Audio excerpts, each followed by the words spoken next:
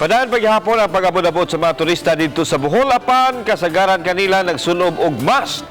May naka-standby nga nurse sa pier aron musuta sa mga pasahero dunay gipamati sama sa hilanat ug sipon. Samtang ang mga pasahero padung sa Cebu City kuhaan una og body temperature sa di pa musud sa terminal building. Miabot na sa 11 ang ihap ka mga patients under investigation kon POI sa coronavirus disease kon COVID-19. Ang data gikan sa 2019 ENCOV tracker sa Provincial Government Technical Working Group for the New and Emerging Infectious Disease. As of 12 noon sa Pebrero 12, silang tanan dunay kontak sa 60 anyos nga babaeng Chinese nga maoy ikatulong kaso sa coronavirus disease sa nason.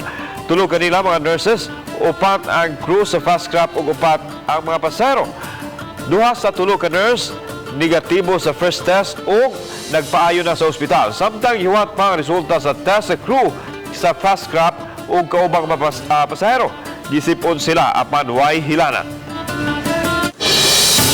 GMR Megawide Cebu Airport Corporation mitataw nga fake news o way kamatuuran ang mikatap nga kasayuran sa social media nga adunay foreign national nga namatay sulod sa airport.